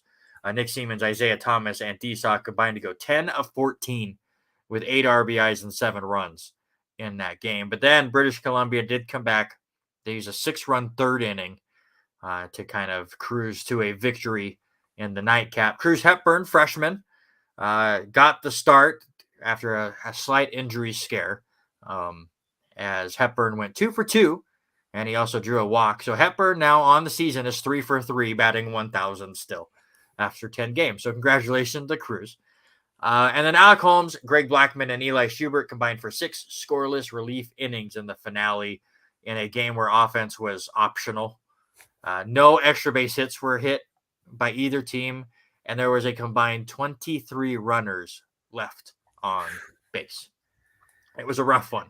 It's like every time there was a rally going, nothing would come of it at all. But good opening weekend. If you missed baseball, last weekend. You can check it out this weekend as LC will host College of Idaho in a non-league contest. Same times as this last weekend. Friday at 3 p.m. Saturday will be a doubleheader starting at noon, and then Sunday will be at 11 a.m. You're going to be able to check some out? I'm hoping maybe to get over there right after school on Friday, and then maybe Sunday, just kind of depending. Got the grandkids on Saturday, so we will have them. But I'm looking forward to watching this crew play and what Jake Taylor is going to do with this team and what he's got for. We questioned what was the infield going to look like for the Warriors with losing both Riley Way and AJ Davis. So I'm excited to watch this. Excited to watch Charlie hit. Charlie had some big at bats for the Warriors towards the end of the season last year. And watching Pooh and what he could do at third base, it was a great team to watch last year.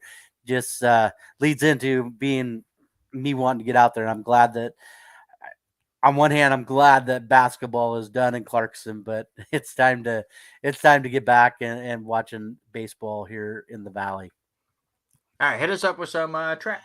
Well, LC Track and Field East there at the Eastern Oregon NAIA Last Chance Invite, as Kobe Wessels, Cooper Carlson, Connor May, and Carter Gordon ran a time of 7 minutes 53.74 in the 4x800 meter relay to set another record. Go figure, track. That's all they do. That's all they do. They set records and won the event. Christian Bothell tied the LC record in the heptathlon and improved his score on the national level with 4,660 points after being converted based on a shorter track at Eastern Oregon University. Bothell sits in 15th place with the top 16 advancing to nationals. So good luck to Bothell here. Jedediah Barnaby broke his own school record. Go figure, another record in the 60-meter dash with a time of 6.97 in the prelims, and then bettered it again at 6.95 to finish second in the finals. So Sydney Sawina won the triple jump with the distance of 11.37 meters. That is just, I thought about that last time and reading the notes from last week when she jumped again, just to put that in how far she's jumping. It is just crazy, almost 40 feet, 50 feet, and that's just crazy. I'm lucky if I jump 6 feet. Lucky if I jump 6 feet. 5 jumps. Yeah, 5 jumps, exactly. Cynthia Smith won the pole vault with a height of 3.35 meters. The 2013 NAIA Indoor Track and Field National Championships will be on March 2nd through the 4th in South Dakota. How about the tennis team there, sir? I know you've been following the tennis team a bunch. Yeah, they're not quite done yet. They did win 2 of 3 doubles contests. They're taking on Whitworth right now up in Spokane. And so far they have won 2 of the 3 singles contests that I have been updated on. So right now leading 3-1 points wise, need just one more singles win to take the team victory. So we'll see where they end up landing. The update will be on lcwarriors.com once I get all the results, and I can write it up real quick and send it to Alicia. The men, they're kind of throwing their secondary team up there right now. Is most of the team traveled to Georgia, where they were supposed to play in 5 matches over a 3-day span, but weather really shortened things. So they, dealing with the weather and only having so many courts indoors, kind of shortened everybody's participation there. And LC played 2 teams in the top 12 and 1 team receiving votes, and put on a hell of a competition. Unable to get a team win there. They lose to number 6 Middle Georgia State 5-2. They lost to the receiving votes St. Thomas 7-0, and then really close against number 12 Cumberland. Lost that one 4-3. So very, very good competition for LC there. And they will host Whitman on Saturday over there at the LCSC Activity Center. if you've not went and watched some tennis, they've got some. There's not a ton of seats over there with the tight, compact area that is the tennis center, but go over there and have some fun watching tennis players yell at themselves. That's what I have always loved about tennis is there's a lot of just yelling at yourself throughout the entire game. The women who have been off for a little bit, they were dealing with some nagging injuries and had to cancel their match with the University of Idaho last week. Did add 5 matches. They will travel to Louisiana starting on Thursday as they will take on Our Lady of the Lake and Texas A&M Texarkana, whatever the heck that is, on Thursday. And then number 14, Loyola, as well as LSU Shreveport on Friday, and then taking on number 9, William Carey on Saturday. So once again, Kai Fong liking to have a lot of fun, making some crazy trips out there and playing really good teams. What do you mean? You never heard of Texarkana, Texas? No, I cannot say that I have at all. Yeah, you have to road trip. Maybe that's what it is. One more score update for you. Stanford, the number 3 seed in women's college basketball, holding on to a 2-point lead, 53-51 lead over number 17 UCLA. There's just under 9 minutes to go in that game. Kansas, the number 3 seed in men's basketball, has a 3-point lead over number 24 TCU. It has a little over 11 minutes to go in that game. They're up 47-44. And it is all done in the NHL as the Jets held on to win 4-1 over the Rangers, and the Islanders added another goal, obviously most likely empty net without me looking. That would be my guess. They beat the Penguins 4-2, and still no basketball because they scored all the points Sunday. You have some updates on some MMA, sir? Yeah, it's getting so much closer. It is getting way too close. To go do this. You need to figure out when we're going to go get our butts kicked so we can get it over with. Because once again, they're going to start ramping up for this event, and I'm scared. Yeah, they are. I'm getting actually right now. I am posting a video to our page right now from Elijah Ross, who is up there. Also, Dimitri Morales. It is kind of a commercial that they've started putting together with Randall and Brian McElroy. All that. Tickets for this go on sale on Friday at 4 p.m. So if you want to get tickets for the April 29th event at the Clearwater River Casino, the Clearwater Combat, tickets are on sale 4 p.m. on Friday. Right now, I know they're looking for a couple of weight classes, but main event, our buddy Brian McElroy taking on Fajon Rawlings, I think is how you say his name. I thought it was Faison, but Faison, yeah, in the lightweight division, and then also in the co-main event, Johnny Burlington versus Dave Pearson in the heavyweights. Not sure of any of the other ones. I know Austin was putting out the other day that they were looking for a 135 weight class, and our boy Dimitri is going to be fighting. We already know that. Don't know who it is, but I know he's already got an opponent. So, yeah, no, of course, the card always subject to change, and we will see what happens as different fighters go in and out of different spots. But what I'm most excited about, with me not working at the Tribune anymore, I'm going to this thing. I don't care. I'm going to make this happen. I don't think I can talk Austin into a media pass like I could have with working the Tribune, but I could not get the Tribune to let me go write the story anyway. So I'm going. I'm going to go witness this event. I'm going to go watch our buddy Brian in the main event. Very excited to go to this, and I will set it up. I've already looked to make sure LHS baseball out of town that weekend, so I won't be covering that game. LCSC baseball out of town, so I don't have to cover any of that kind of stuff. I'm set. I'm ready to go.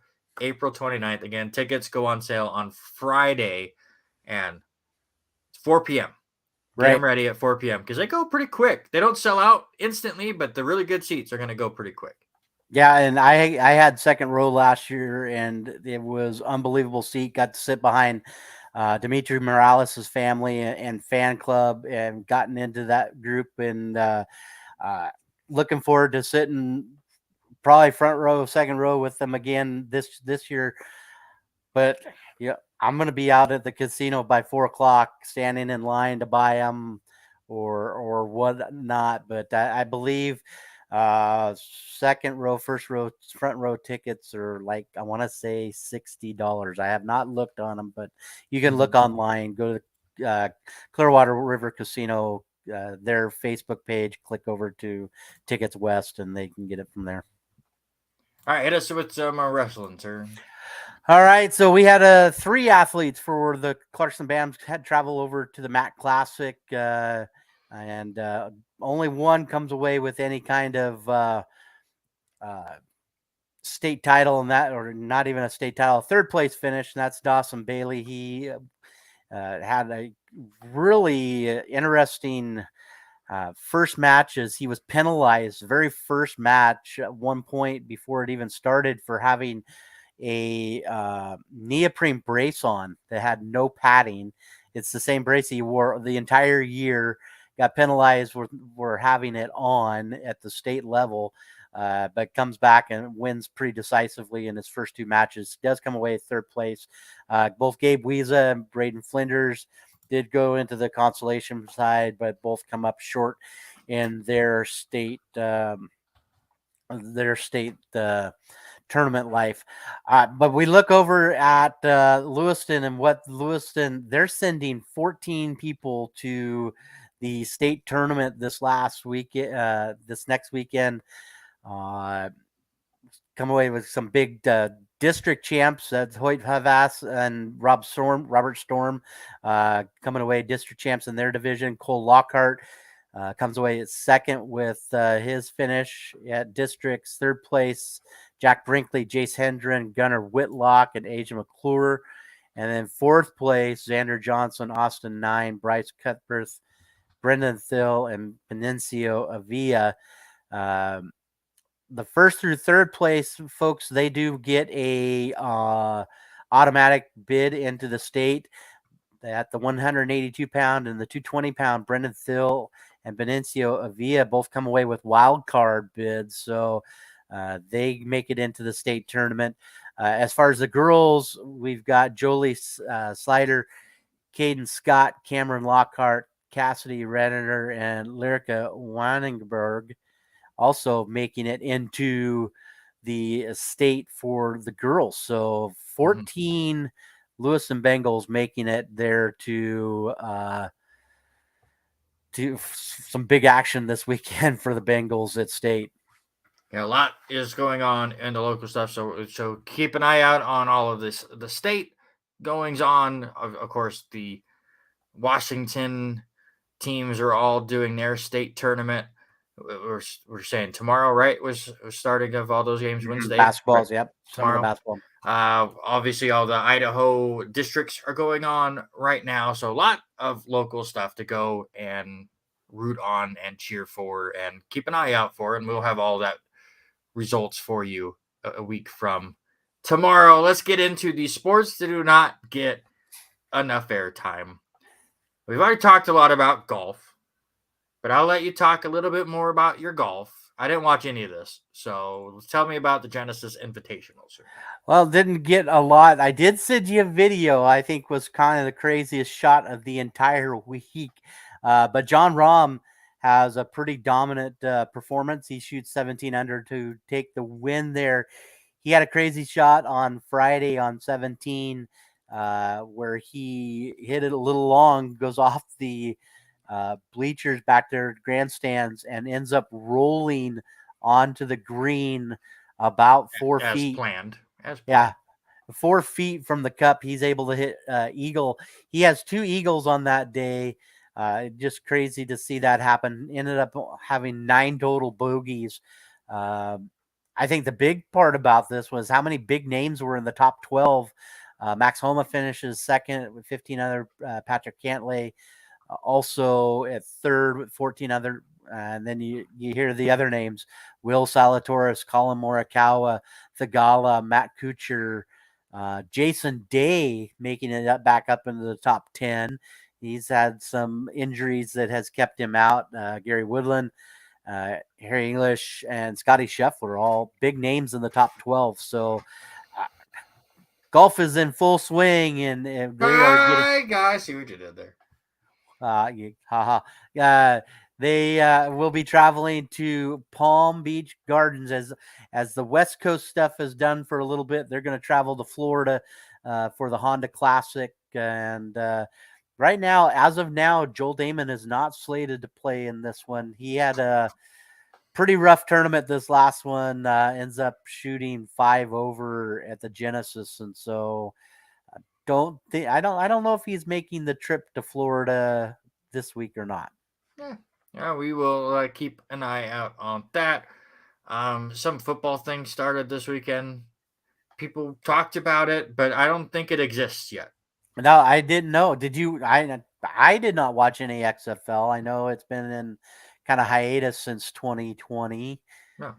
So I've been on the record. No spring football season or league counts until it's on season 2.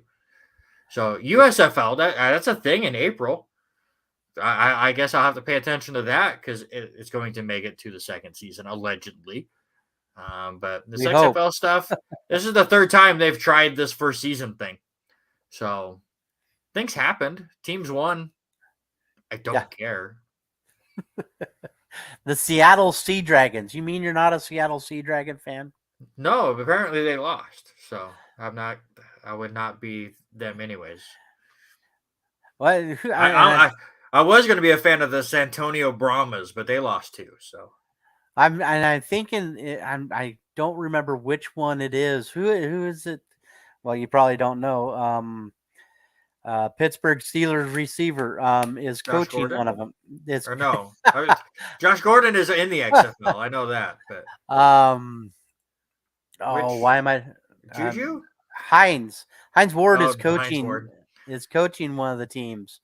Juju's busy making stupid tweets. So yeah, well, and this shocks you how? It didn't. Yeah. What I am excited for. What? I was to say, how about the best one coming up? Australian rules football, sir. Little over 3 weeks. What? But the Sea Dragons don't exist. They're on a league that doesn't exist. The NFL might not even, or the XFL might not even be a thing in April. Just calm yourself, Frank. That might not even happen.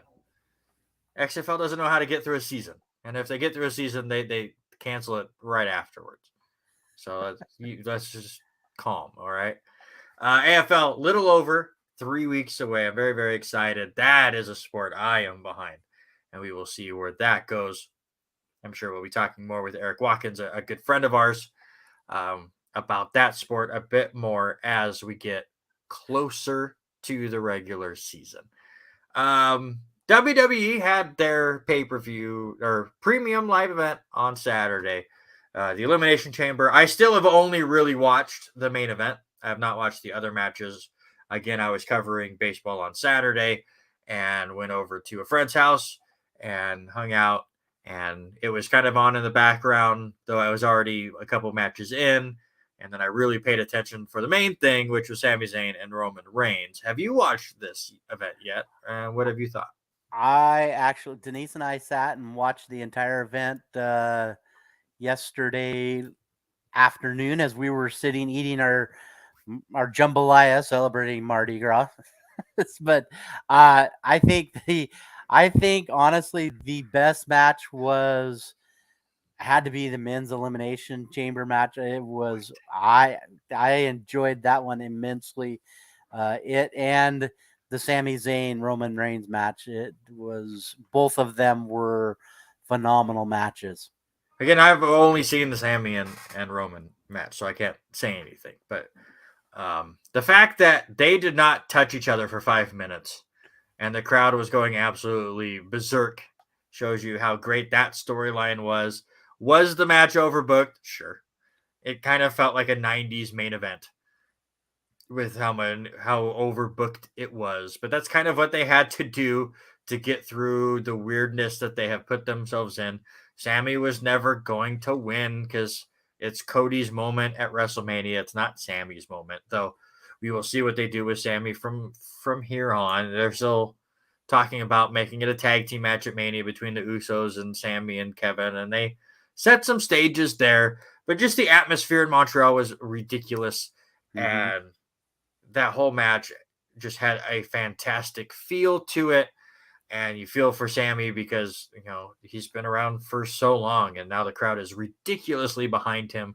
I think Triple H had a fantastic comment in the press conferencey thing that they do afterwards that I caught a clip of, where he basically said that Sami Zayn has a lot of similarities to Mick Foley, where he can be very serious and do a serious storyline, or he can be goofy and make you laugh. And he's fantastic in the ring on top of it.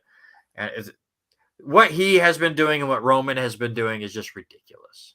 And what's crazy is, there you go. That's awesome. Denise and I were talking about it at the very end that Sammy was at the house show that we went and saw up in Spokane, and he took on Drew McIntyre. And the big thing with that is seeing the videos after, the people hanging out to get autographs and all that. And how genuine Sami Zayn is as a person away from the ring. I think, he was playing that role, and now everybody's jumped on board with him. I'm excited to see where it goes. I do agree, and I did tell Denise the same thing as we were watching. I said they're playing the Romans versus Cody Rhodes thing. That's going to be the big one part of it. But I was more interested after seeing the two officials go out, but is where this whole Jey Uso thing and how Jey Uso planned. Oh, they're going to do it where Roman's going to talk him into, see, Sammy speared you. He's not your friend. And they'll go that route with it. I did find it funny that they tried to knock out the second referee once and he was out of position. And Roman smartly started to lean in to try to reach out and just punch him and went, nah, it's too obvious. So then they just pulled an audible and tried some other things. So that was great. Quick update real quick. And I forgot, with LC playing Whitworth, they count all of the doubles matches individually, but LC was able to win 5 of the 6 singles competitions, and they end up winning 7-2. So congratulations to the Warriors there. Yeah, Frank, I agree. Elimination Chamber, the men set the tone. And I said this exact same thing to Denise. It's going to be Seth Rollins, Logan Paul at WrestleMania. What he did to come in, like I said, Randy, you haven't seen it yet. I think that was probably the best match, and Roman Reigns and Sami Zayn was the second best match of Elimination Chamber. And I haven't seen it, but I'll disagree because the stuff to top what I saw. Actually, Frank, while you're on, since we have about 8 more minutes to fill here, with you only going to the first day of WrestleMania, are there certain matches that you are begging are put on the first day so you can watch that have been either rumored or announced so far? Or are there matches that you're like, I'm just there for the experience? Because that would be an interesting thing to me, with them splitting up the event into 2 days of only being able to go to one. You're like, I really want to go see this match, and then it gets put on the day that you're not there. Would be a little disappointing. So that's Reigns Rhodes. I really think that's day 2 though. I think you're going to get Charlotte Flair and Rhea Ripley to close out the first night, and then you'll get Cody and Reigns to end up the second night. That's my prediction. But the women will close out one, the men will close out the other, and obviously, when the men close out, it'll be those 2. There's still semi-rumors that Steve Austin might get thrown into another match with what he was able to do last year. You're going to get a lot of craziness. And with Hollywood, while The Rock was not ready to have a big match with Reigns, maybe he shows up at some point and has a big thing. Who knows? There's going to be a lot of stuff, and it's going to be fun. By the way, they've shown one so far. I'm already loving the WWE Goes to Hollywood commercials. As Seth Rollins and Becky Lynch doing the Joker and Batman thing was perfect. It's so good. Yeah, Bray Wyatt and his whole thing with whatever. I won't lean into it, but I know the women's Raw tournament, belt is going to be a good one. I think that one's going to be on Sunday Yeah. as the match. I'm not going to tell you who because you I haven't already watched know it, who but- won. Oh, I did know you? all. Okay. I know all the results. Okay. So I just yeah, have not I think that watched. I just have not watched any of it. yeah, I think that one will be a Sunday match myself. And I'm Yeah. like I Bianca said, and I think Asuka could kill it, and that'd be a great Sunday. WrestleMania. I mean, it's always a fantastic weekend. I love that they've done 2 nights now because it's not a 72-hour show. But they've got some good matches lined up, and we could be in for a treat. Spring training is getting closer and closer. The World Baseball Classic is getting closer and closer. I asked this to Alicia last week. I'll ask it to you as we start to wrap up this week's show. With the World Baseball Classic, which part of you is more, which side are you more on? I guess is the best way to put it. I'm really excited to watch the different countries face each other in this World Baseball Classic, or please God, do not get hurt. there's always that please God don't get hurt feeling, but I looking at the pools and who got paired up. How do you go against Pool D with Puerto Rico, Venezuela, the Dominican? I'm excited to watch some of these games now that they're all condensed from what is it, March 8th until March 21st. So there's only basically 2 weeks. It's like as a fan, it's like, okay, please don't get hurt, but you want to see the best of the best what the world can bring to you. And it doesn't have that same feeling of the World Cup yet, but No, and I don't think but it it's ever but will, just because it's not. Again, it's you leaned get right up against the regular season. Mhm. Everyone's getting ready for spring training. These players are not in 100% ready to go shape. It's not like soccer where it's just year round anyways, so they're just used to it. But no, I don't think it'll ever get to the World Cup Right. level. But I enjoy the World Cup Classic. I think the players really try hard to go out there and win. They have a lot of fun doing it as well. But I'm like you, where it's just like, oh God. Anytime I see a Yankee out there, it's like just come back healthy. Mhm. Our buddy Richie and I always have that fun conversation of, will the Yankees rotation stay healthy? It's like, or is the rotation healthy? Well, they're healthy for now, and it won't last for long. And it's already happening where Montas is now basically out for the year, and Cortez is slowly starting to throw now. He was kind of put on hold for a little bit, and it's already becoming a headache injury wise. And I know with the World Baseball Classic, there will be a few that go down because they're going to go down in spring training anyway. So I'm not going to blame the World Baseball Classic for it, but it's always a concern this time of year of, please, can we get to opening day with the roster we had intended? So which pool, and I'll ask you this, which have to look it pool up. would you oh yeah, I was to say for me, it has to boil down to Pool D, which is Puerto Rico in that one. I think the U.S. will probably run through their pool as they get matched up with Mexico, Colombia, Canada. The other pool has to be B, probably with Japan and Korea and what they can do. So being a baseball fan, I just want to see a baseball game and Yeah, I'm with you. D's probably big, and B is the second closest. C will be fun, obviously, because the USA will be in it. But I mean, Mexico could give them problems, but that's really all that I am seeing. Right. They should be able to make it through, and that's probably why they got set up that way. Anyways, it is kind of cool that it is taking part in 4 different parts of the country. Though 2 of them are in the States, and then we will all converge for the finale. It's a cool way to do it, and I'm excited to be able to watch all of these games, or at least some of these games, and have a good time. Yeah, because most of them or it's going to be on Fox. Most all the games are on Fox, FS1, FS2, or Tubi. And Tubi. We talked about Tubi. Tubi a lot last week because their hilarious commercial where they got a lot of kids yelled at when they made it look like they were changing the channel on the Roku device. It was great. So yeah, you can watch it on Tubi. But that is going to do it for this special Monday episode of the show. I'd like to thank everyone that hung out with us today, from Frank to Steven to Kevin to Eric to Robert to Denny, who tried to steal away the win, and everyone else that has hung out with us for another R&R Sports Report. We will be back on our normal Tuesday, 6 p.m. Pacific time slot, hopefully for a while after this week as basketball wraps up, and then our schedules get a little nicer for the spring sports. We believe it'll be Tuesday again for a while with both Robert Hagan, myself, Randy Isbell. This is the R&R Sports Report.